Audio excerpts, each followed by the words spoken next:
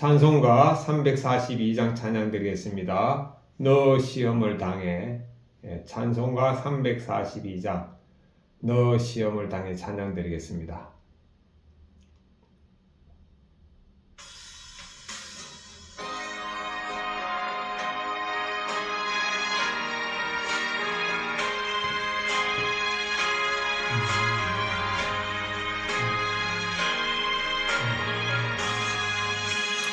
너 시험을 당해 죄 짓지 말고 너 용기를 다해 곧 물리쳐라. 너 시험을 이겨 새 힘을 얻고 주 예수님 믿어 널 승리하라. 우리 예수님 힘과 거분 위로를 빌라. 주님 내 편에 서서 항상 도우시리.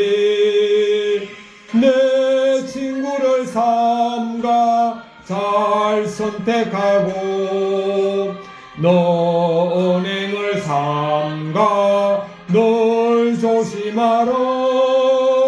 너 열심을 다해 널 충성하고 온 정성을 다해 주 봉사하라. 우리 구주의 힘과 거분 위로를 빌라. 주님 내 편에 서서 항상 도우시리. 이기는 자는 상 받으리니 너 낙심치 말고 널 전진하라. 내 구세주 예수님 힘 주시리니 주 예수님 믿어 널 승리하라. 우리 구주의 힘과 거분 위로를 빌라. 주님 내 편에 서서 항상 도우시리. 아멘. 하나님의 말씀 누가복음 4장 보겠습니다. 누가복음 4장 1절부터 44절까지 보겠습니다. 누가복음 4장 1절부터 44절까지 같이 읽겠습니다. 예수님께서 성령님의 충만함을 입어 요단강에서 돌아오사 광야에서 40일 동안 성령님에게 이끌리시며 마귀에게 시험을 받으시더라. 이 모든 날에 아무것도 잡수지지 아니하시니 날수가 다함에 줄이신지라. 마귀가 이르되 너가 만일 하나님의 아들이여든 이 돌들에게 명하여 떡이 되게 하라. 예수님께서 대답하시되 기록된 바 사람이 떡으로만 살 것이 아니라 하였느니라. 마귀가 또 예수님을 이끌고 올라가서 순식간에 천하만국을 보이며 이르되 이 모든 권위와 그 영광을 내게 주노라. 이것은 내게 넘겨준 것이므로 내가 원하는 자에게 주노라. 그러므로 너가 만일 내게 절하면 다 내 것이 되리라. 예수님께서 대답하여 이르시되 기록하기를 주 너희 하나님께 경배하고 다만 그를 섬기라 하였느니라.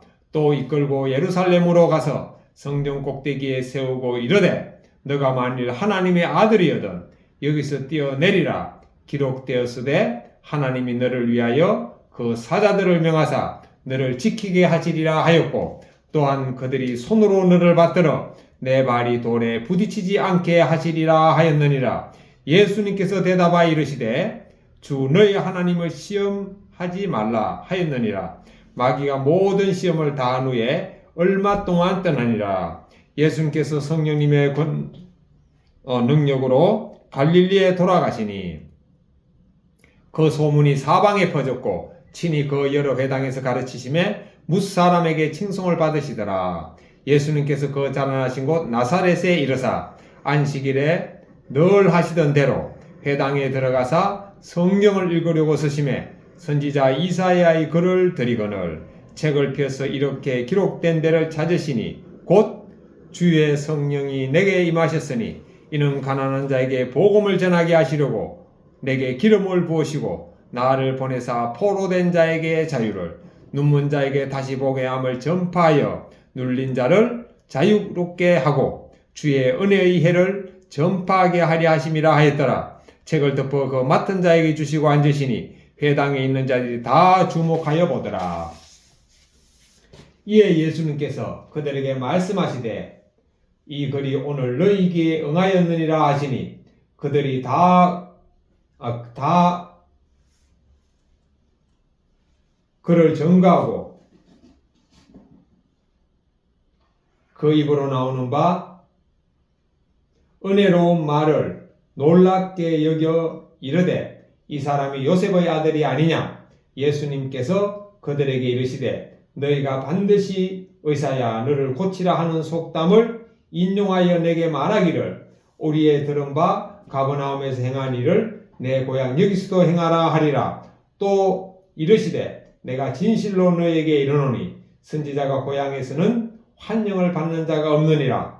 내가 참으로 저희에게 이르노니 엘리야 시대에 하늘이 3년 6개월간 닫히어 온 땅에 큰 흉년이 들었을 때에 이스라엘에 많은 과부가 있었으되 엘리야가 그중 한 사람에게도 보내심을 받지 않고 오직 시돈 땅에 있는 사렙다의 한 과부에게 뿐이었으며 또 선지자 엘리사 때에 이스라엘에 많은 나병 환자가 있었으되 그 중에 한 사람도 깨끗함을 얻지 못하고 오직 수리아 사람 나아만 뿐이었느니라. 회당에 있는 자들이 이것을 듣고 다 크게 화가 나서 일어나 동네 밖으로 쫓아내어 그 동네가 건설된 상난떨어지까지 끌고 가서 밀쳐 떨어뜨리고자 하되 예수님께서 그들 가운데로 지나서 가시니라.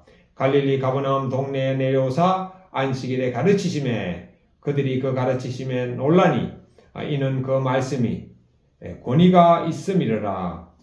회당이 더러운 귀신 들린 사람이 있어 크게 소리질러 이르되 나사렛 예수여 우리가 당신과 무슨 상관이 있나이까. 우리를 멸하러 왔나이까. 나는 당신이 누구인 줄 아노니 하나님의 거룩한 자니다.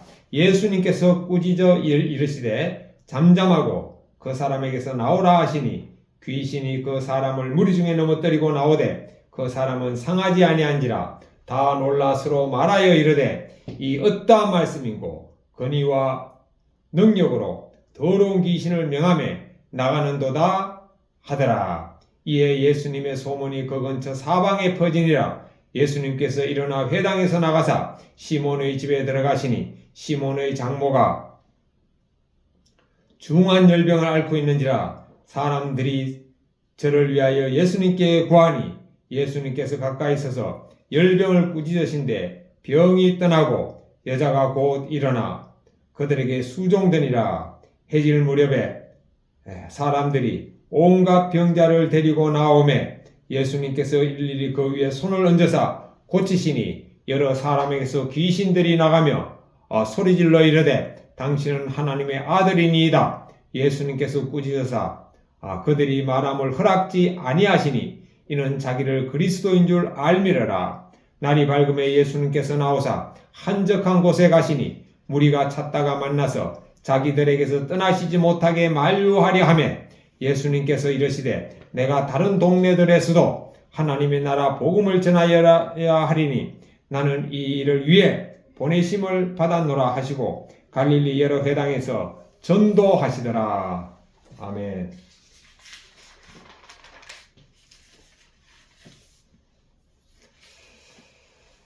오늘 말씀은 예수님께서 마귀에게 시험을 받습니다. 첫 번째 시험은 그때 예수님이 40일을 금식으로 굶주렸기 때문에 얼마나 배가 고팠겠습니까? 그래서 마귀는 예수님이 약한 점을 아시고 떡을 만들어 돌로 떡을 만들어서 먹으라고 하죠. 예수님은 그런 능력이 있습니다. 왜냐하면 예수님은 물고기 2마리야 빵 5개로 5,000명을 먹이고도 12강제로는 함께하는 능력이 있죠. 왜? 하나님의 그런 능력을 받았기 때문에. 그런 능력을 할 수 있지만 예수님은 마귀에게 오히려 가르쳐 주는 거죠. 사람이 떡으로만 살 것이 아니고 하나님의 입에서 나오는 모든 말씀으로 산다. 즉 예수님은 자기를 사람이라고 마귀에게 말씀했잖아요. 자, 그리고 또 두 번째는 예수님이 마귀가 높은 데 올라가 가지고 천하만국의 영광을 보여주고 나에게 절하면은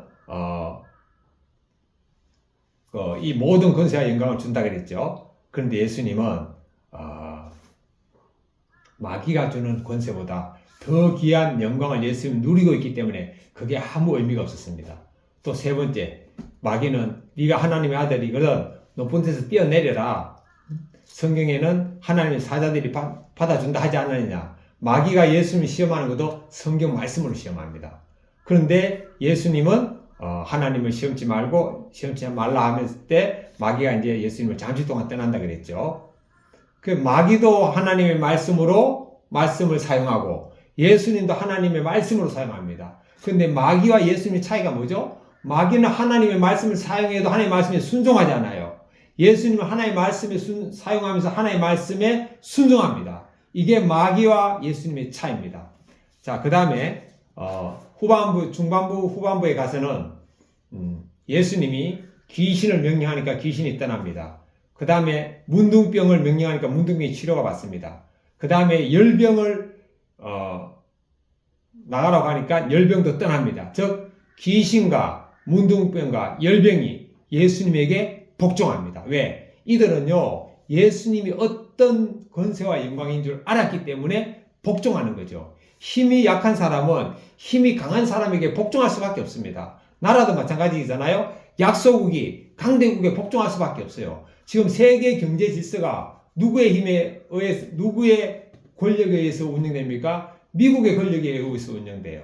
그런데 그 미국이 주장하는 경제 질서는 그거는요 공정한 경제 질서가 아닙니다. 그야말로 약육강식의 경제 질서입니다.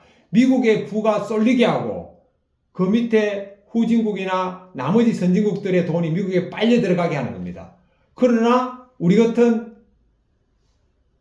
약소국은 힘이 없기 때문에 부당한 걸 알고서도 따라갈 수밖에 없어요. 그 권위에 우리가 순종할 수밖에 없습니다. 그래서 귀신과 문둥병과 그 열병은 예수님이 얼마나 능력이 있는 분을 알기 때문에 그게 굴복합니다. 그런데 우리는 왜 예수님 말씀에 굴복이 그렇게 안 될까요? 이유는 딱 한 가지입니다. 우리는요 예수님을 믿는다고 해도 예수님의 권위와 능력과 그 말씀을 실제로 믿지 않기 때문입니다.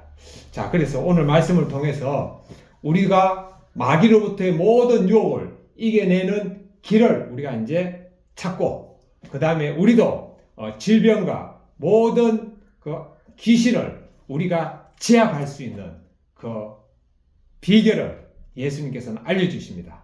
같이 보겠습니다. 누가복음 4장 1절 보겠습니다. 같이 읽겠습니다. 1절 2절 같이 보겠습니다. 시작. 예수님께서 성령님의 충만함을 입어 요단강에서 돌아오사 광야에서 40일 동안 성령님에게 이끌리시며 마귀에게 시험을 받으시더라.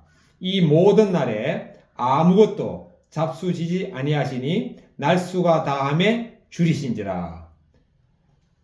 자, 예수님께서 세례를 받으시고 이제 성령의 충만함을 입었죠. 성령님의 충만함을 입고 그 다음에 또 성령님에게 이끌리셔 광야에 가서 40일을 금식하십니다. 자, 그래서 성령님의 충만함을 입어서 마귀에게 시험을 받을 수가 있는 거죠. 아니, 당연히 받는 거죠. 그러나 성령님의 충만함을 입으면은 마귀의 시험이 아닙니다. 왜? 성령님의 능력이 마귀의 시험을 압도하기 때문입니다.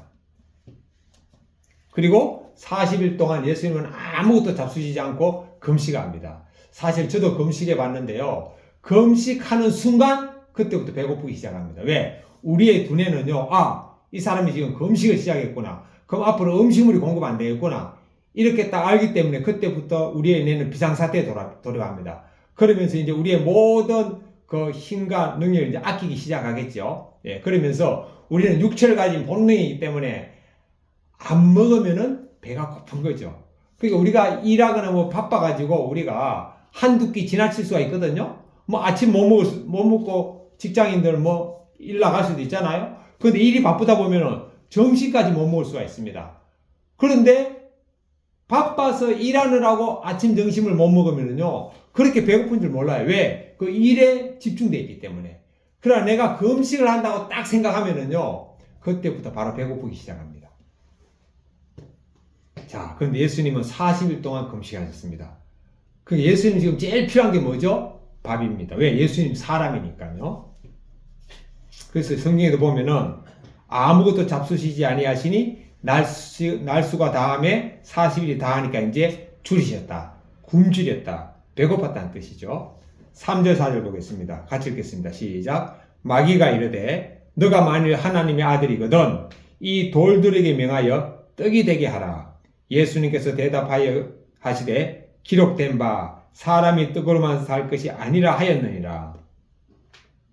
마귀는요, 우리의 약한 순간을 마귀는 정확하게 합니다. 그래서 우리나라 속담에 귀신같이 한다 그러잖아요. 예. 그래서 우리의 약한 순간에 딱 치고 들어옵니다.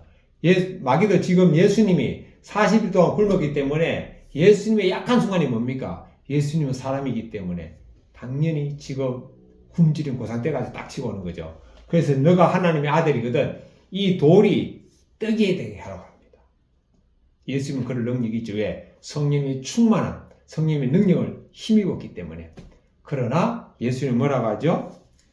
기록된 바 사람이 떡으로만 살 것이 아니고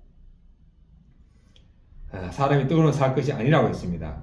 이것이 신명기 8장 3절이 나온다고 기록되어 있는데 신명기 8장 3절 한번 찾아보겠습니다. 신명기 8장 3절 같이 찾아보겠습니다. 창세기, 출애굽기, 예기, 민수기, 신명기죠. 그 구약성경 앞쪽에 있습니다. 신명기 8장 3절. 자, 8장 3절을 읽으면서 1, 2, 3절을 같이 읽어보겠습니다. 시작. 내가 오늘 명하는 이 모든 명령을 너희는 지켜 행하라. 그리하면 너희가 살고 번성하고 여호와께서 너희의 조상들에게 맹세하신 땅에 들어가서 그것을 차지하리라. 너 하나님 여호와께서 이 40년 동안에 너에게 광야길을 걷게 하신 것을 기억하라. 이는 너를 낮추시며 너를 시험하사 내 마음이 어떠한지 그 명령을 지키는지 지키지 않는지 알려 하심이라. 3절 너를 낮추시며 너를 줄이게 하시며 또 너도 알지 못하며 내 조상들도 알지 못하던 만나를 너에게 먹이신 것은 사람이 떡으로만 사는 것이 아니요 여호와의 입에서 나오는 모든 말씀으로 사는 줄을 너가 알게 하려 하심이라. 신명기 8장 3절을 가지고 예수님은 마귀를 대적했습니다. 사람이 떡으로만 살 것이 아니요 하나님의 입에서 나오는 모든 말씀으로 산다고 했습니다. 이것은 오늘날 우리에도 그대로 적용됩니다. 자, 우리가 예수님을 믿지 않았을 때는 떡만 먹었어요. 밥만 먹었습니다. 육신의 양식만 먹었습니다. 그리고 예수를 믿고 난 다음에도 우리가 밥만 먹고 육신의 양식만 먹으면은요 풍성한 삶을 살지가 못합니다. 늘 굶주린 상태에 있습니다. 영혼 한 구석에는 뭔가 허전합니다. 허무함을 느낍니다. 진정한 행복을 누리지 못합니다.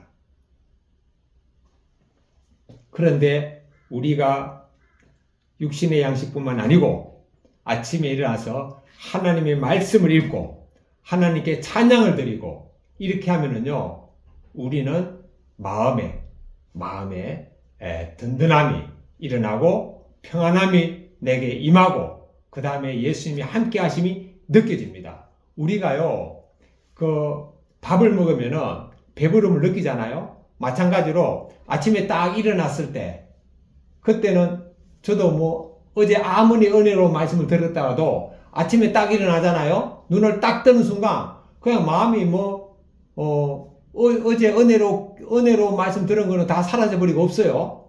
그리고 근데 아침에 딱 일어나가지고 제가 말씀 읽고 제일 먼저 하는 게 딱 눈 뜨자마자 내가 그리스도와 함께 십자가에 못 박혔나니 그런데 이제는 내가 사는 것이 아니요 오직 내 안에 그리스도 예수님께서 사시는 것이라.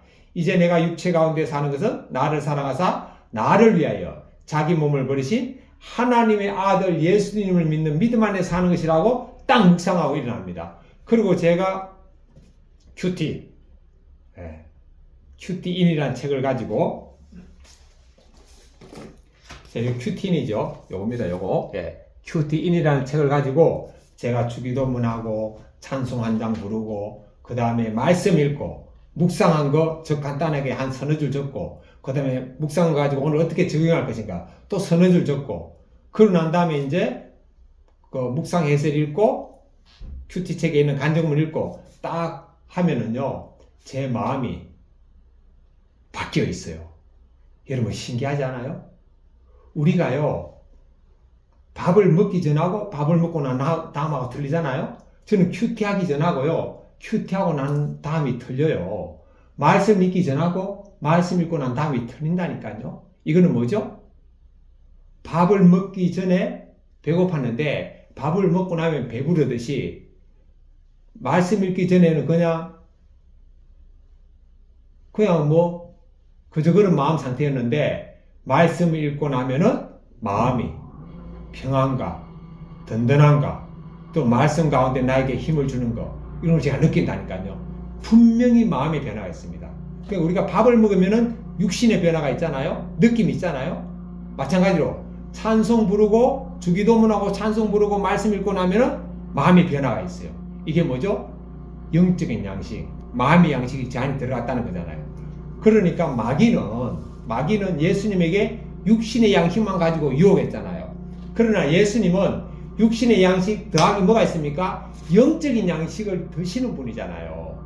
그러니까 육신의 양식만 가지고 유혹하는 사람한테 육신의 양식 더하기 영적인 양식이 있는 사람이 넘어갑니까? 안 넘어갑니다. 그런데 육신의 양식만 먹는 사람은요 더 좋은 육신의 양식이 오면은요 넘어가는 거예요. 굴복하는 거예요. 그래서 우리가 세상에 살면서 하나님까지 강력한 존재가 뭐죠? 하나님까지 강력한 존재가 바로 돈입니다. 돈. 그래서 우리가 하나님을 돈보다 더 우위에 두지 않는 한 우리는 돈의 유혹에 넘어갑니다. 뇌물에 넘어갑니다. 부정한 돈에 넘어갑니다. 그래서 오늘 예수님께서는 사람이 떡으로만 살 것이 아니다. 하나님의 입에서 나오는 모든 말씀으로 산다. 즉 마귀가 아무리 떡으로 유혹해도 아니 우린 떡보다 더 좋은 하나님의 말씀까지 있는데 마귀의 유혹에 넘어갑니까? 안 넘어갑니다. 그러나 예수님을 믿어도 내가 영적으로 굶주리면 넘어가는 거죠.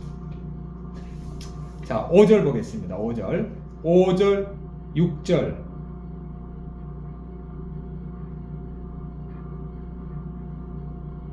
5절 6절 7절 8절까지 보겠습니다. 마귀가 또 예수님이 이끌고 올라가서 순식간에 천하만국을 보이며 이르되 이 모든 권위와 그 영광을 내가 너에게 주리라. 이것은 내게 넘겨준 것이므로 내가 원하는 자에게 주노라. 그러므로 너가 만일 내게 절하면 다 너의 것이 되리라. 예수님께서 대답하여 이르시되 기록하기를 주 너희 하나님께 경배하고 다만 그를 섬기라 하였느니라. 여러분 마귀 딱 하면 생각나는 게 뭡니까? 거짓말입니다. 그래서 예수님은 유대인들에게 너희 아비 마귀라 그랬잖아요. 왜? 거짓말하는 마귀. 지금 마귀가 예수님 앞에서도 거짓말합니다. 천하만국의 모든 영광을 하나님께서 마귀에 준 적이 없습니다. 근데 마귀는 지금 거짓말하는 거죠. 근데 예수님은 그걸 일일이 따지지 않아요. 마귀는 왜 천하만국의 모든 영광을 자기에게 줬다 그러면은 이 땅에 있는 사람들이 천하만국의 모든 영광은 하나님의 것입니다.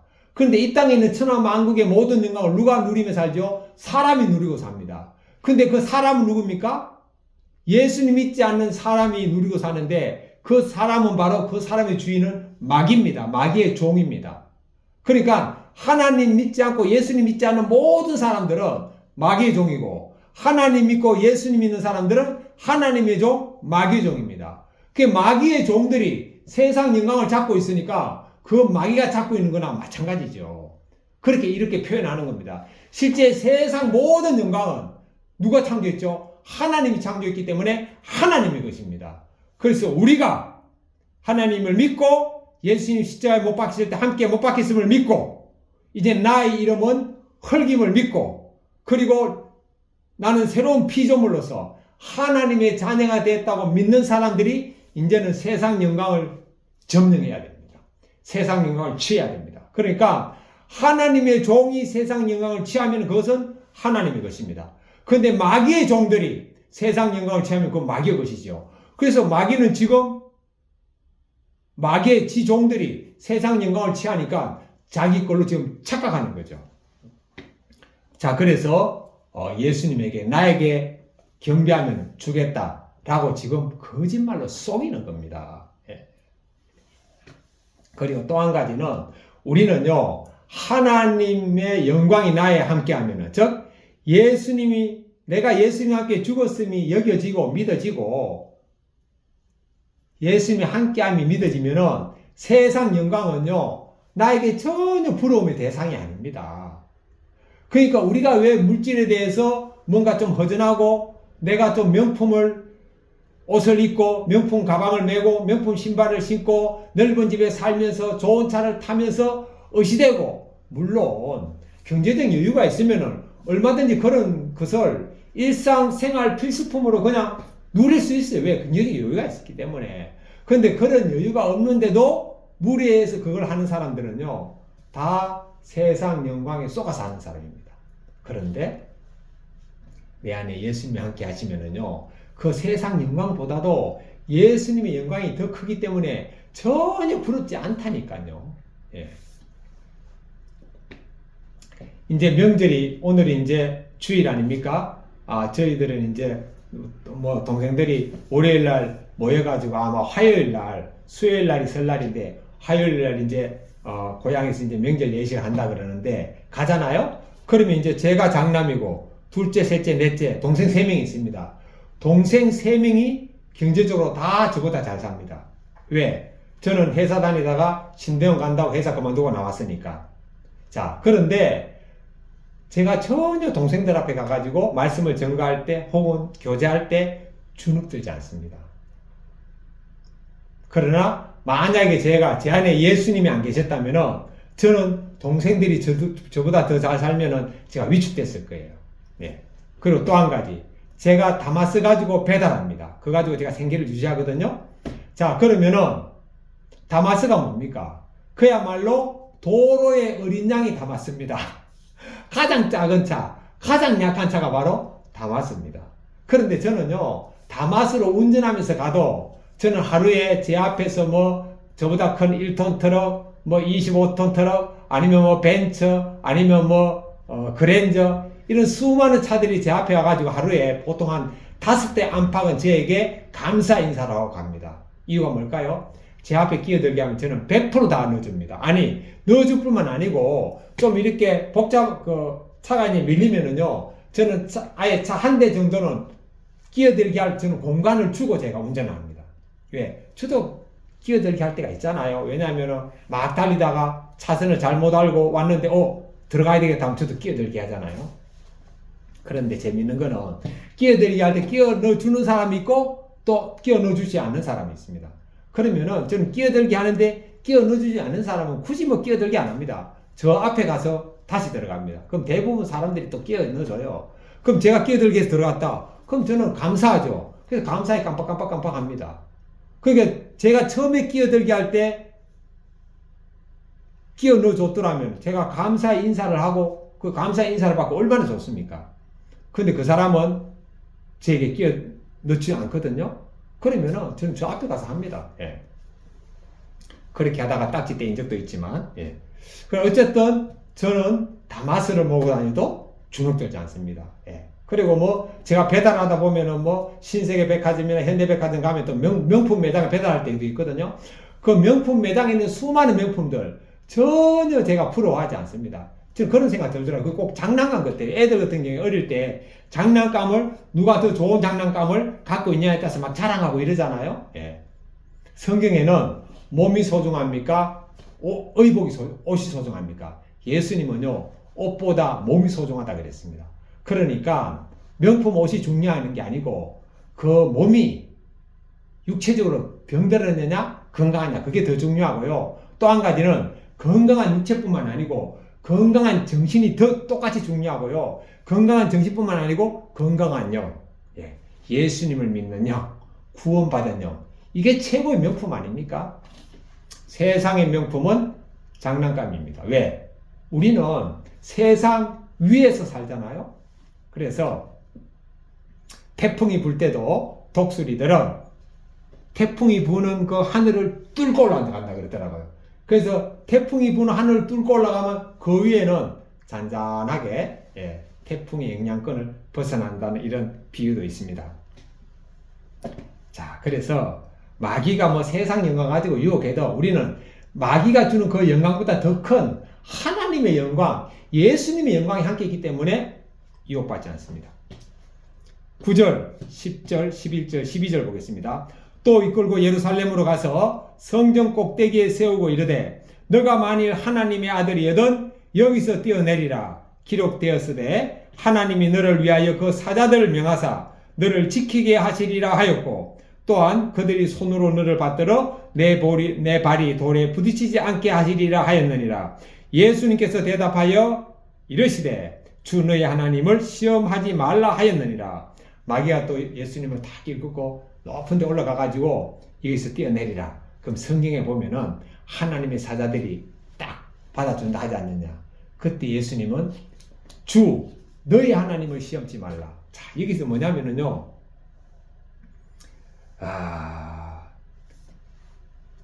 주 너의 하나님께 경배하고 다만 그를 섬기라고 했습니다. 그러니까 하나님은 예수님의 하나님만도 아니고 바로 마귀 너의 하나님이라고 딱 예수님께서 말씀하십니다. 마귀 너의 하나님. 그러니까 만약에 우리가 하나님을 시험하면 하나님이 기분 좋겠어요, 나쁘겠어요? 당연히 기분 나쁘죠. 누가 저를 시험했다? 당연히 기분 나쁘죠. 그러니까 우리는 하나님은 우리가 시험할 대상이 아니고 하나님 우리가 경배할 대상일 뿐입니다. 그리고 하나님은 우리가 섬길 대상이죠. 왜냐? 하나님 우리에게 모든 것을 공급하는 분이잖아요. 개는 자기 먹이를 주인에 왜 개는 목숨을 바치잖아요. 그 어떻게 보면은요, 성경에서 진짜 하나님께서 가장 잘 만든 동물을 저는 개로 봅니다. 개. 왜? 개만큼 사람한테 충성하는 동물이 있습니까? 없잖아요. 그러니까 개는 먹을 것만 줘도 사람에게 그렇게 충성을 합니다. 그런데 하나님께서는 우리에게 먹을 것만 주는 게 아니잖아요.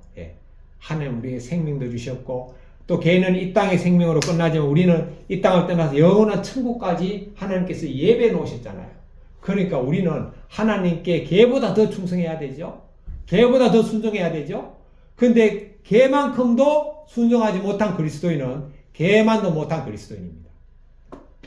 그러나 우리가 언제 개만도 못한 그리스도인이 되는가? 뭐 다른 사람을 두고 하는 말이 아닙니다. 저에게도 동일하게 적용됩니다. 제 안에 예수님으로 제가 의식하지 못할 때, 예수님 성령님이 함께 하심을 의식하지 못할 때 저도 개만도 못한 그리스도인이 되더라고요. 자, 13절 14절 보겠습니다. 같이 읽겠습니다. 마귀가 모든 시험을 다한 후에 얼마 동안 떠나니라. 자, 13절까지 보겠습니다. 마귀가 모든 시험을 다한 후에 얼마 동안 떠났습니다. 마귀는 영원히 떠나지 않았습니다. 얼마 동안 떠났습니다. 마찬가지로 우리가 영적으로 충만해 있을 때는 마귀가 떠납니다. 왜? 우리 안에 있을 곳이 없어요. 우리가 보세요. 밤에 어둠이 있잖아요. 외출하고 돌아왔다. 방 안이 깜깜하다. 어둡죠. 그런데 불을 딱 켜는 순간 어둠은 순식간에 떠나가 버립니다. 어둠을 찾으려 찾을 수가 없어요. 마찬가지로 빛이 진 예수님이 내 안에 딱 들어와 계시면은, 또 예수님을 내가 의식하고 있으면은 마귀는 내 안에 있을 곳이 없어가지고 떠나갑니다. 떠나가서 어디 있을까요? 문 앞에 딱 있습니다.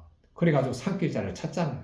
그리고 내가 연약해질 때 그 틈을 타가지고 딱 들어오려고 나에게서 떠나긴 떠났는데 그 마문 앞에서 딱 대기하고 있습니다. 그리고 내가 연약했을 때 딱 내 생각과 내 마음과 내 감정과 내 의지를 통해서 싹 들어오는 거죠. 그러니까 늘 깨어 있어야 돼요. 깨어 있어요. 그 내 안에 성령님의 열매와 반대된 열매가 하나라도 생각이나 감정이나 행동에 나타난다면 이미 마귀가 들어온 겁니다. 그때 어떻게 해야 되죠? 나사렛 예수님의 이름으로 명령하노니 내 안에 들어온 마귀야 떠나갈지어다. 또 내 앞에 있는 사람이 마귀 짓을 하면은, 즉 성령님의 열매와 반대되는 행동을 하면은 우리는 선포해야 됩니다. 속으로. 그 사람을 볼 때는 상승으로 눈으로 보면서 속으로 얼마든지 우리가 선포할 수 있잖아요.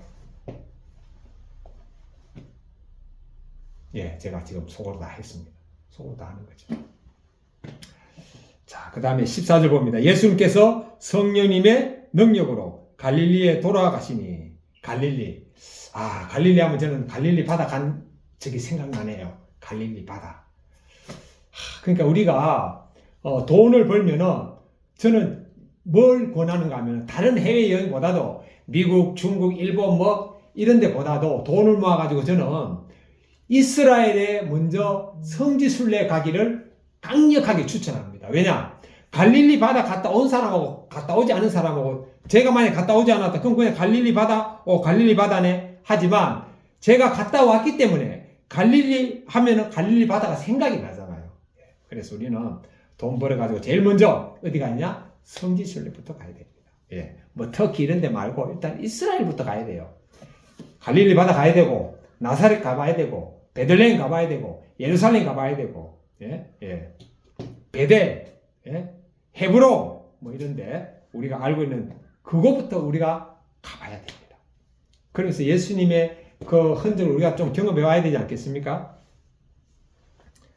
자, 예수님께서 성령님의 능력으로 갈릴리에 돌아가시니 그 소문이 사방에 퍼졌고 15절까지 보겠습니다. 친히 그 여러 회당에서 가르치심에 뭇사람에게 칭송을 받으시더라. 그렇죠. 예수님이 성령님의 능력으로 왔기 때문에 능력을 행했죠. 행했기 때문에 소문이 퍼지는 거죠. 그리고 예수님에게는 성령님이 함께 하셨기 때문에 그 말씀의 가르침에 능력이 있는 거 아닙니까? 16절, 17절 보겠습니다. 같이 읽겠습니다. 시작. 예수님께서 그 가난하신 곳 나사렛에 이르사 안식일에 늘 하시던 대로 회당에 들어가사 성경을 읽으려고 서심해 선지자 이사야의 글을 들이거늘 책을 펴서 이렇게 기록된 데를 찾으시니 곧 예수님께서 자라나신 곳 고향 나사렛에 도착해가지고 안식일날 회당에 들어갔습니다. 회당에 들어가지고 이제 성경을 읽으려고 하니까 딱 서니까 그 있는 사람들이 선지자 이사야의 글을 딱 줬어요. 그래서 예수님께서 딱 성경을 찾았습니다.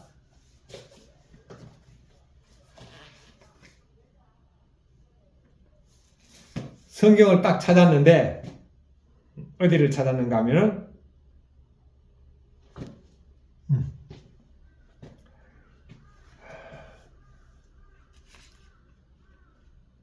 이사야 61장 1절 2절이네요. 자, 18절부터 19절 보겠습니다. 시작. 같이 읽겠습니다. 주님의 성령님이 내게 임하셨으니 이는 가난한 자에게 복음을 전하게 하시려고 내게 기름을 부으시고 나를 보내사 포로된 자에게 자유를 눈먼 자에게 다시 보게 함을 전파하며 눌린 자를 자유롭게 하고 주님의 은혜의 해를 전파하게 하려 하심이라 하였더라. 책을 덮어 맡은 자에게 주시고 앉으시니 회당에 있는 자들이 다 주목하여 보더라. 자, 예수님께서 성경을 딱 폈는데 이사야 6장 2절, 1절과 2절을 읽었습니다. 가난한 자에게 복음을 전하게 하시려고 내게 기름을 부어사 나를 보내사 포로된 자에게 자유를. 자, 이렇게 성령님이 임하면은요 가난한 자에게 복음이 들어갑니다. 가난한 자에게 복음이 들어오면 예수님이 들어오고 말씀이 들어오고 예수님이 나와 함께 하시면은 더 이상 가난하게 느끼지 않습니다. 아니, 천지를 창조하신 예수님, 모든 것에 하늘과 땅에 있는 모든 것의 주인이신 예수님이 내 안에 들어와 계시는데 내가 무슨 가난을 느끼겠어요. 네? 그래서 제가 18평 아파트에 살고 다마스로 몰고 다녀도 제가요 전혀 제가 가난을 못 느낀다니까요. 전혀 부족함을 못 느껴요. 그 가난한 사람들에게 예수님이 들어가면 끝납니다. 끝나요. 그 물질적인 가난뿐만 아니죠. 학생도 공부 못하는 학생에게 예수님이 들어가면은요, 공부가 즐거워집니다. 그리고 일하는 직장인에게 예수님이 들어가잖아요. 일이 즐거워진다니까요. 제가 증인입니다. 제가 대한생명, 즉 하나생명의 전신이 대한생명이죠. 대한생명 영업소장으로 제가 8년을 근무했습니다. 대한생명 그때 월급 많이 준 회사였어요. 제가 딱 입사했을 때 동아일보를 딱 보니까 대한민국에서 가장 많이 월급 많이 준 회사 5군데가 딱 나오던데, 하나는 포철, 금융기관에는 대한생명, 일반 기업에는 삼성, 나머지 2개는 회사 잘 기억이 안 났는데, 이렇게 우리나라 금융기관에서 가장 월급 많이 준 회사가 대한생명이었어요. 근데 월급은 많이 받는데 일이 힘들어요. 왜냐하면 아침 저녁 우리 회의 1시간입니다. 보험회사는 보험 실적이잖아요. 그게 사원들 한 20명 안팎 되는 사원들이 해놓은 실적 가지고 제가 평가를 받으니까, 그거 가지고 이제 아침에 1시간, 저녁에 1시간 회의하는데 너무너무 힘들더라고요. 막 주일날 저녁 되면은요, 월요일날 회사 가기 싫어요. 그런데 93년 10월 달에 예수님 십자가에 죽으심이 저희 죄 때문에 믿어지고 성령님이 제 안에 딱 들어오니까요, 그때부터 회사 일이 즐거워지더라고요. 그러니까 예수님이 함께 하면은요, 끝납니다. 암병에 걸린 사람들도 예수님이 함께 하면 할렐루야 아멘입니다. 왜? 할렐루야 아멘 해가지고 암병이 치유될 수도 있고, 또 할렐루야 아멘 해가지고 죽을 수도 있지만 죽으면 어디 가죠? 미국보다 더 좋은 천국 가는 거예요. 그러니까 예수님이 함께 하시면은요, 이 세상에서 가장 두려운 질병, 죽음이 두렵지 않습니다. 저도 예수님이 저를 위해 죽었다는 게 딱 믿어지니까 제가 기도하는데 예수님 위해서 죽고 싶은 생각이 딱 들더라니까요. 이거는요, 죽음을 뛰어넘었다는 거잖아요. 이거는 뭐가 똑같은가 하면은, 누가 저에게 밥을 한 그릇 사줬다. 그럼 얻어먹은 저는 그 사람에게 밥을 한 그릇 사줘야 되겠다는 마음이 생깁니다. 예수님 나를 위해서 죽어줬으니까 저도 예수님 위해서 죽고 싶은 마음이 생겼어요. 왜? 제 안에 성령님이 계시니까. 가난이 끝납니다. 그 다음에 포로던 자유를 예수님이 함께 하면은요, 모든 포로가 끝나버립니다. 모든 중독이 끝나버립니다. 자, 내가 누구를 막 미워한다. 그 미움의 중독에 걸린 거예요. 내가 막 담배를 피운다. 담배의 중독. 술을 마신다. 술의 중독. 끝납니다. 도박 중독도 다 끝납니다. 마약 중독도 다 끝납니다. 예수님이 함께 하시면. 아니, 거룩하신 예수님이 계시는데 어떻게 술, 담배, 마약 같은 게 내 몸에 들어올 수가 있겠어요? 끝납니다. 그냥 끝나버려요. 아니, 싫어요, 그런 것들이. 자, 그리고 눈먼 자에게 다시 보게 함을 전파한다. 하나님의 말씀을 읽어도 안 믿어진다? 이거는요, 우리가 영적으로 눈이 멀었기 때문입니다. 자, 역사책에 나오는 모든 사건 있잖아요. 세종대왕이 한글을 창제했다. 이순신 장군이 왜군을 무찔렀다. 6.25 전쟁이 일어났다. 우리는요, 믿음을 안 가지고 있어도 역사책을 보면 다 믿어집니다. 그런데 성경은 왜 안 믿어질까요? 그거는요, 내가 육신의 마음만 가지고 있으니 안 믿어져요. 왜? 아니, 지금 오늘 말씀대로 뒤에 보면 문둥병을 예수님이 말씀으로 딱 꽂히거든요. 그게 믿어집니까? 안 믿어져요. 그러나 예수님이 나에게 딱 들어오면은, 성령님이 임하면은 그게 그대로 다 믿어집니다. 왜? 내 안에 계시는 성령님과, 이 성경은 성령님의 감동으로 기록됐잖아요. 성경을 기록시킨 성령님의 감동, 그 성령님이요, 내 안에 계신 성령님하고 동일한 분이에요. 그렇기 때문에 성령님이 쓴 성령이 당연히 믿어지는 거죠. 그러니까 내가 성령님이 함께 하신다, 내가 성령님을 받았다, 내가 거듭났다, 여부를 확인하는 것 딱 한 가지. 성경을 읽는데 성경이 믿어지느냐 안 믿어지느냐, 그 차이입니다. 하나라도 안 믿어지면 성경 다 안 믿어지는 거예요. 하나라도 믿으면 성경 다 믿어집니다. 왜? 다 기적들로 이루어졌잖아요. 인간이 할 수 없는 걸로 다 이루어졌잖아요. 그러니까 눈이 먼, 성경이 안 믿어져서 눈이 먼 제게 성경이 딱 믿어지는 겁니다. 그래서 예수님은 하나님을 믿는 유대인들에게 뭐라 그랬죠? 너희들은 소경이라 그랬잖아요. 왜? 성경을 봐도 안 믿으니까. 예수를 봐도 예수님이 안 믿어지는 거죠. 그 예수님이 나를 위해서 죽었고 예수님이 나를 구원한 분이라고 안 믿어지면은 그거는 소경입니다. 눈먼 자에게 다시 보게 함을 전파하며 눌린 자를 자유롭게 하고 주의 은혜의 해를 전파하게 하려 하심이라. 그럼 예수님만 이런 일을 할 수 있습니까? 아닙니다. 예수님과 성령님이 함께한 저도 예수님 믿지 않는 사람에게 이렇게 일을 할 수 있습니다. 20절 책을 덮어 그 맡은 자에게 주시고 앉으시니 회당에 있는 자들이 다 주목하여 보더라. 21절 22절 보겠습니다. 이에 예수님께서 그들에게 말씀하시되 이 글이 오늘 너희에게 응하였느니라 하시니 그들이 다 그를 증거하고 그 입으로 나오는 바 은혜로운 말을 놀랍게 여겨 이르되 이 사람은 요셉의 아들이 아니냐 하시니.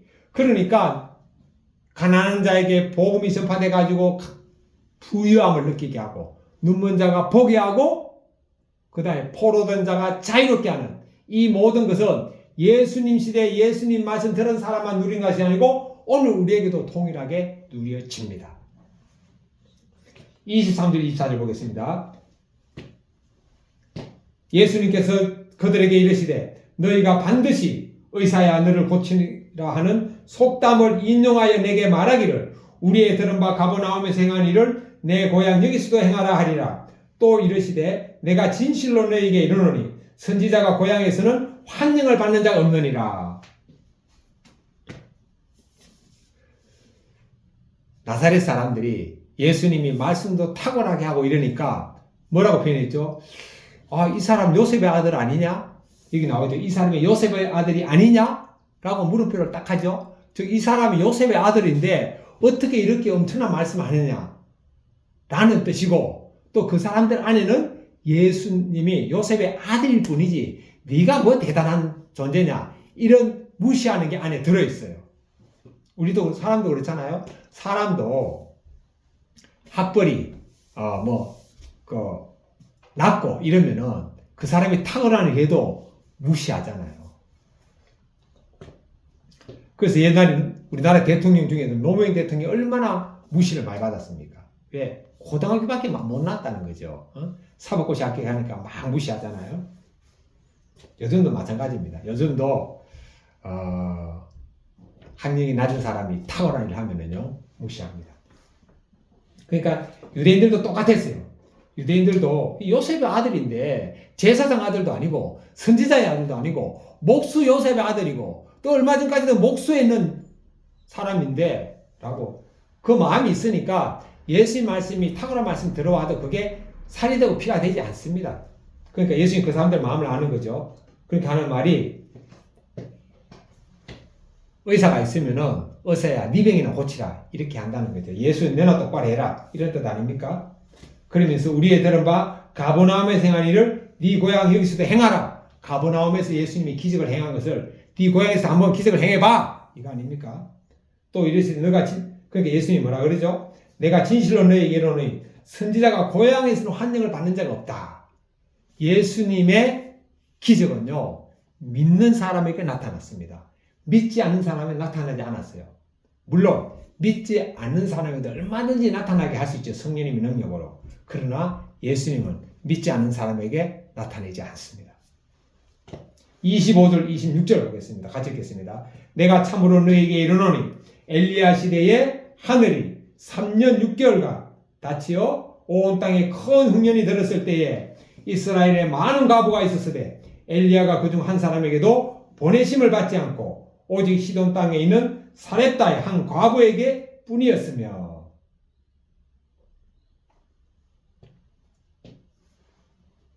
엘리야 시대 때 3년 6개월 동안 그 흉년이 들었으니까 1년만 흉년 들어도 먹을 게 없잖아요. 지금 2000년 전에 예수님 시대뿐만 아니고 오늘 우리나라 시대도 북한이 90년대 그 흉년이 들어가지고 사람들이 수백만 명이 굶어 죽었다 그러잖아요. 심지어 사람 고기를 팔다가 사형까지 당한 사건까지 있었다 그러잖아요. 그게 먼 나라 얘기가 아닙니다. 바로 우리 남한지나 북한입니다.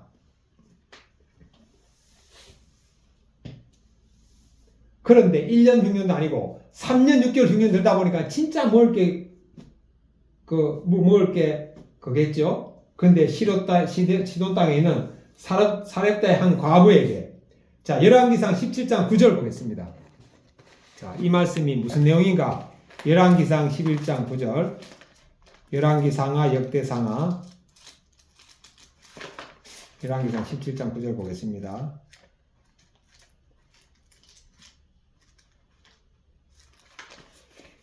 열왕기상 17장 9절에 이 말씀이 나온다고 딱 되어 있습니다. 열왕기상 17장 9절 같이 보겠습니다.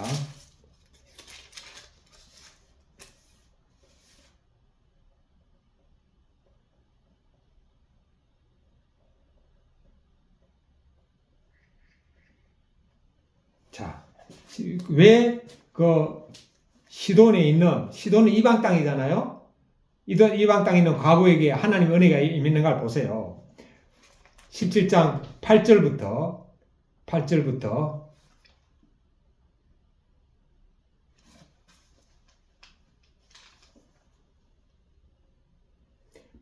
16절까지 제가 읽어드리겠습니다.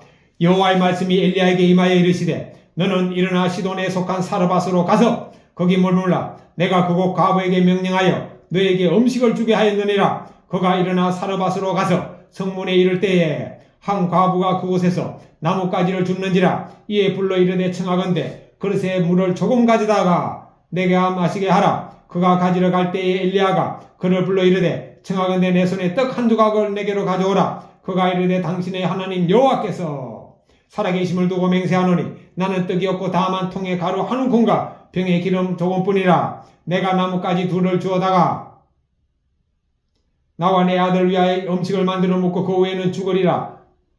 엘리야가 그에게 이르되 두려워하지 말고 가서 너의 말대로 하려니와 먼저 그것으로 나를 위하여 작은 떡 한 개를 만들어 내게로 가져오고 그 후에 너와 네 아들 위하여 만들라.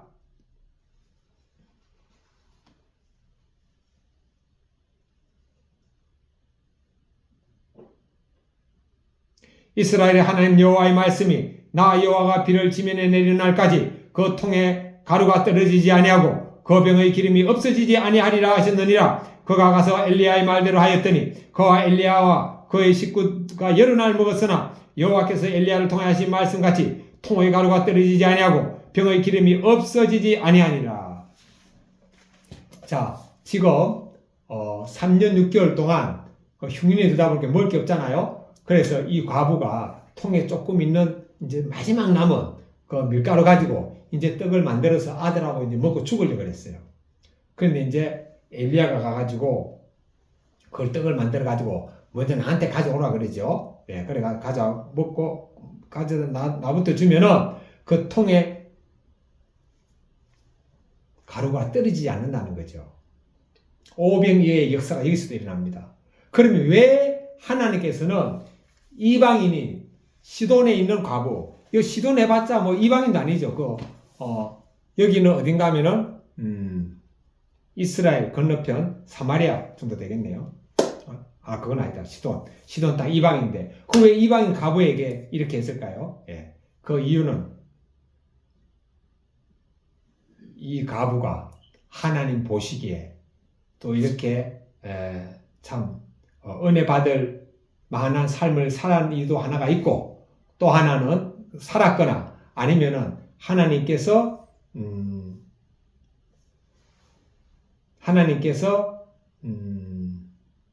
이 사건을 하나님께서 만들기 위해서 이렇게 과부에게 떡을 만들어서 주도록 그 마음을 움직일 수가 있습니다. 중요한 건 뭐냐면은 이스라엘 백성들이라고 다 하나님한테 은혜 받는 게 아니라는 거예요. 실제로 우리가 하나님의 은혜를 받고 또 하나님 그 은혜를 누구한테 주죠? 하나님은 그냥 은혜 막 주는 게 아닙니다. 예수님은 어떻게 성령을 받는다 그랬죠? 구하라 찾으라 두드리라, 구하는 자에게 성령님을 주신다 그랬어요. 그러니까 우리가 신앙생활을 하면서 하나님께 받아야 할 제일 첫 번째, 그리고 전부가 뭐냐? 처음이자 마지막이요. 가장 중요한 것은 뭐죠? 기도 제목이 성령님을 안 받은 분은요, 성령님을 받는 것이 가장 큰 기도 제목입니다. 성령님이 나에게 오면 모든 것이 끝납니다. 그리고 또 성령님을 받은 분의 기도 제목은 뭐죠? 늘 성령 충만한 것. 내가 예수님과 함께 죽었음을 믿고 나는 이제 죽었고 내 안에 예수님이 주인 되고 왕이 되는 삶을 살기를 원하는 그게 모든 기도 제목의 전부입니다. 나머지 이게 바로 하나님의 나라와 하나님의 의를 구하는 거고 나머지는 그냥 다 이루어집니다. 그냥 다 이루어져요. 그냥 이루어지지 않아도 내 안에 성령님이 계시면 끝난 겁니다. 자, 그래서 3년 6개월 동안 흉년이 들었지만 이스라엘의 다른 가부는 하나님 믿는 가부들도 은혜를 못 받았는데 시돈 땅에 있는 가부만 은혜 받았다. 오늘도 마찬가지입니다. 우리가 교회 다닌다고 다 천국 가는 게 절대 아닙니다. 예수님 그랬죠? 나더러 주여 주여 하는 자마다 천국에 들어오지 못한다 그랬어요. 누가 예수님한테 주여 그럽니까? 예수님 믿는 사람이 주여 하죠. 그런데 오늘날 우리는 어떻게 알고 있죠? 나더러 주여 주여 하는 자마다 다 천국에 들어온다고 지금 알고 있잖아요. 성경과 완전히 180도 거짓을 지금 알고 있는 사람들이 많습니다. 주여 주여 하는 자마다 절대 천국에 들어가지 못습니다. 예수님은 모른다 그래요. 예수님이 가는 길로만 가는 사람만 천국에 들어갑니다. 그럼 예수님이 가는 길이 뭐죠? 아무든지 나를 따라오려거든 자기를 부인하고 자기를 부정하고 날마다 자기 십자가에 못 박혀있는 걸 믿고 따라오는 사람만 천국에 가는 겁니다. 27절 보겠습니다. 또 선지자 엘리사 때에 많은 나병 자가 있었으되 그중 한 사람도 깨끗함을 얻지 못하고 오직 수리아 사람 나만 뿐이었느니라. 이것도 뭐 나만이 그렇게 나만 하나님 믿는 사람도 아니었습니다.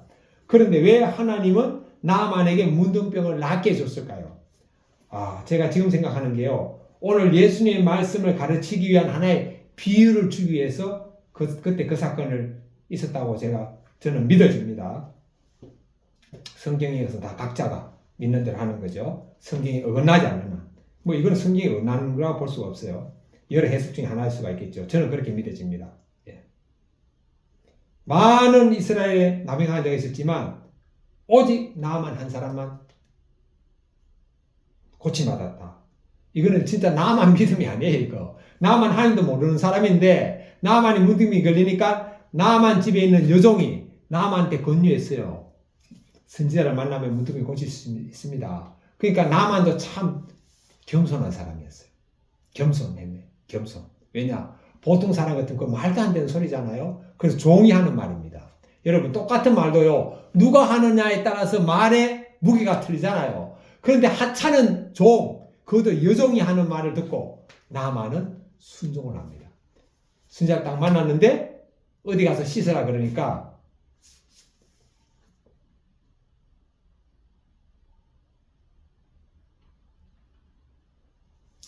열왕기하 7장 3절 보겠습니다. 열왕기하 7장 3절. 열왕기하 나만 한번 봅시다. 하나님 말씀이네. 이때 한번 보면 또 언제 보겠어요? 열왕기하 7장 3절.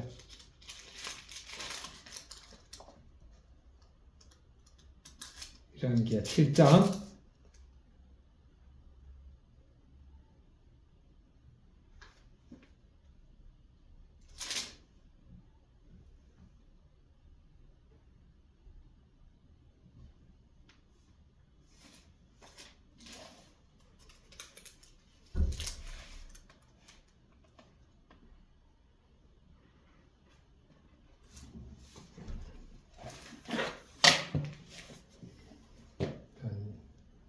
열왕기하가 아니네요. 검색해서 하는 게 빠르겠네요.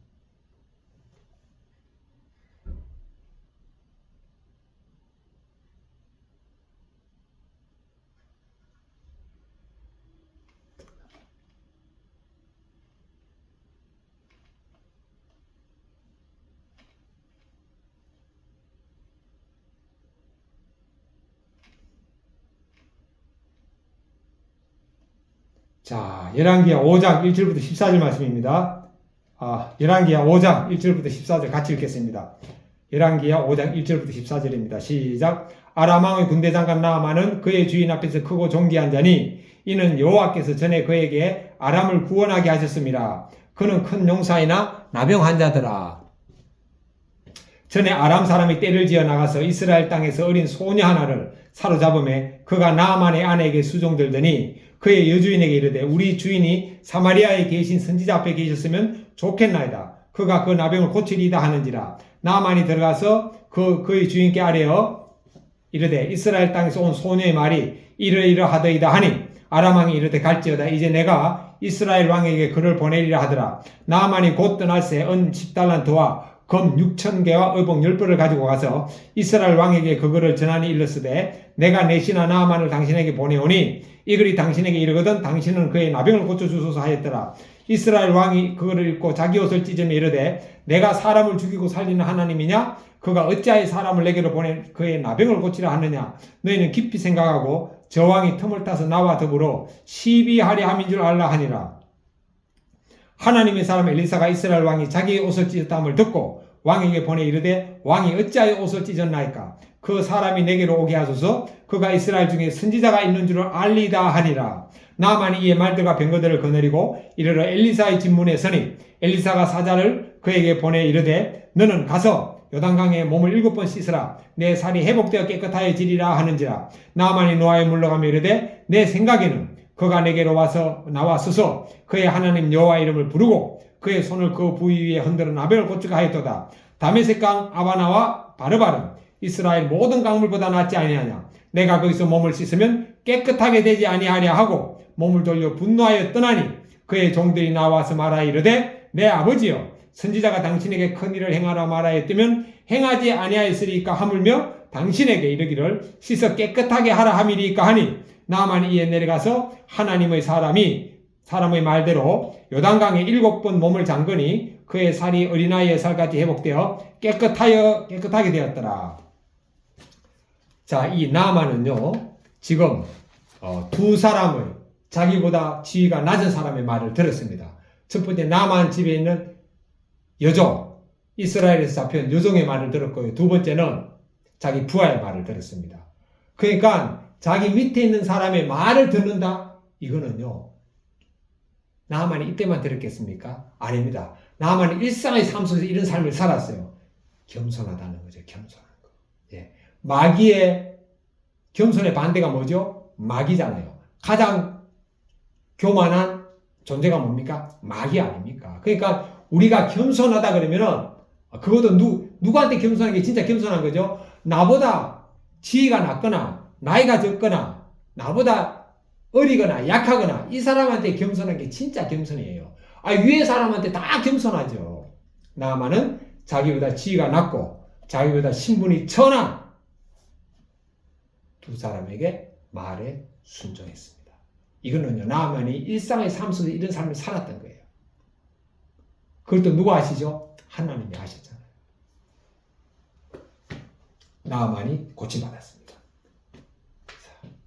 그러니까 우리가 일상의 삶 속에서 나에게 교만이 있다, 내 주장을 내세운다, 누가 충고해도 듣기 싫어한다, 이미 나는 사단의 지배를 받았다는 증거입니다.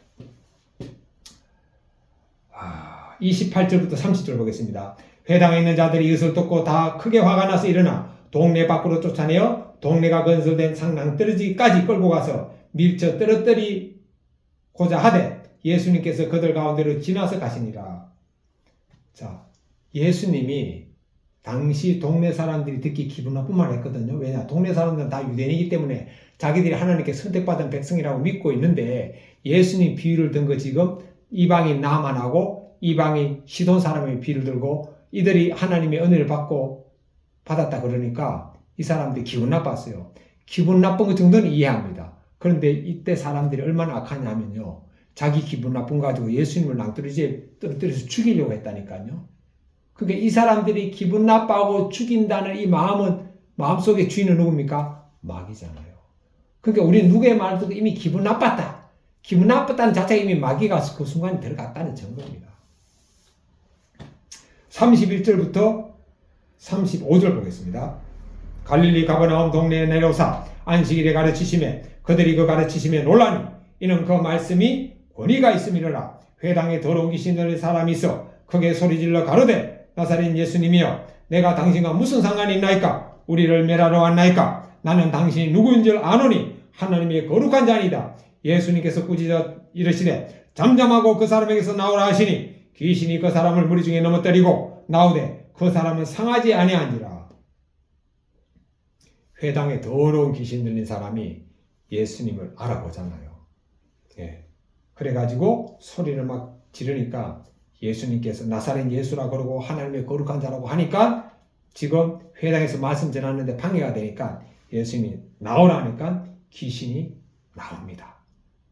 자, 문둥병자도 하나님의 말씀을 듣고 나오죠. 자, 귀신도 지금 나왔습니다. 귀신이 지금 하나님의 말씀, 예수님 말씀에 순종했어요. 그런데 우리가 예수님 말씀에 순종하지 않는다? 그 귀신보다 더 악하다는 겁니다. 36절부터 41절까지 보겠습니다. 다 놀라 서로 말하여 이르되 이 어떠한 말씀인고 권위와 능력으로 더러운 귀신을 명하며 나가는도다 하더라. 이에 예수님의 소문이 그 근처 사방에 퍼지니라. 예수님께서 일어나 회당에서 나가사 시몬의 집에 들어가시니 시몬의 장모가 중한 열병을 앓고 있는지라. 사람들이 저를 위하여 예수님께 구하니 예수님께서 가까이 서서 열병을 꾸짖으신데 병이 떠나고 여자가 곧 일어나 그들에게 수종되니라. 해질 무렵에 사람들이 온갖 병자를 데리고 나오매 예수님께서 일일이 그 위에 손을 얹으시고 고치시니 여러 사람에게서 귀신들이 나가서며 소리질러 이르되 당신은 하나님의 아들이니이다. 예수님께서 꾸짖으시되 그들이 말함을 허락지 아니하시니 이는 자기를 그리스도인 줄 알미러라. 자, 예수님이 귀신을 쫓아냈죠. 하니까 이제 소문이 퍼져가지고 사람들이 막 옵니다. 그리고 예수님이 그 베드로 장모의 집에 갔는데 장모가 열병에 누웠어요. 요즘 말하면 뭐 하여튼 코로나 정도 되겠죠. 그래가지고 예수님께서 열병아 떠나가라. 그러니까 열병이 떠나갔습니다. 그 소문을 듣고 또 주위에 있는 사람들이 막 각색 병자를 다 데리고 왔는데 예수님이 다 고쳤어요. 자, 예수님에게 지금 예수님을 보고 귀신도 예수님 말씀에 순종하고 떠나갔습니다. 병들도 예수님 말씀에 순종했습니다. 그런데 내가 예수님 말씀에 순종하지 않는다? 귀신보다 악하고 병보다 악한 존재라는 거죠. 깨달았으면 어떻게 해야 되죠? 빨리 우리가 회개하고 예수님 말씀에 순종으로 가면은 됩니다.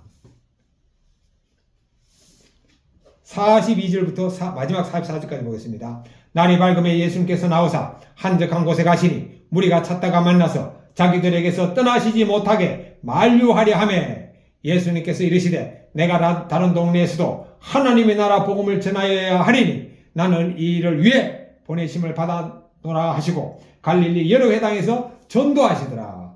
그게 이렇게 예수님이 능력이 있으니까 사람들이 막 예수님 다른 데 가지 말고 우리 동네만 계세요 하니까 예수님이 말씀하시기를 나는 전도하러 하나님의 말씀을 전하러 이 세상에 보냄을 받았다고 또 다른 곳으로 전도하러 떠납니다. 우리도 마찬가지입니다. 우리도 이 땅에 내가 태어난 이유가 뭐죠? 내가 예수님 믿게 된 이유가 뭐죠? 바로 다른 사람에게 내가 받은 복음을 전하게 하기 위해서 우리가 이 땅에 부름을 받았습니다. 제가 참 요새 뭘 느끼는가 하면은 우리가 사실 길에서 전도지를 주잖아요. 그럼 사람들은 전도지 그냥 아예 안 받습니다. 대부분 안 받죠. 그런데 재밌는 거는 제가 이제 물건을 이제 배달하거나 물건을 가지러 갈 때도 제가 전도지를 주고 물건을 전해줄 때도 전도지를 주고 이렇게 하거든요. 만약에 제가 깜빡 잊고 나오면 사장님 잠깐만요. 제가 깜빡 잊었습니다 하고 제가 주문해서 전도지를 꺼내서 전해드려요. 뭐라고 전해드리냐 합니까? 올해도 행복하세요. 제가 행복의 편지를 드립니다. 사람들이 설날 받는 덕담이 뭡니까? 새해 복 많이 받으세요잖아. 그러니까 제가 행복의 편지를 드립니다. 새해도 복 많이 받으세요. 행복의 편지를 드립니다. 이렇게 말씀하면은요, 대부분의 사람들이 감사합니다 이러더라고요. 왜? 행복, 복이니까. 또 그 사람들이 만약에 제가 모르는 사람이 길에서 그래 했다면 안 받았을 거예요. 근데 제가 물건을 주고 받잖아요. 그날 제가 다 처음 보는 사람들이에요. 그런데 물건을 주고받는 그 가운데 이미 딱 형성이 되고 저 내리면 반갑습니다. 제일 처음에 반갑습니다. 호칭은 사장님. 사장이라는 상관없어요. 사장님 반갑습니다. 하면서 제가 말하는데 그럼 그분들이 왜 진짜 한 반 정도는요 아주 반갑게 받아요.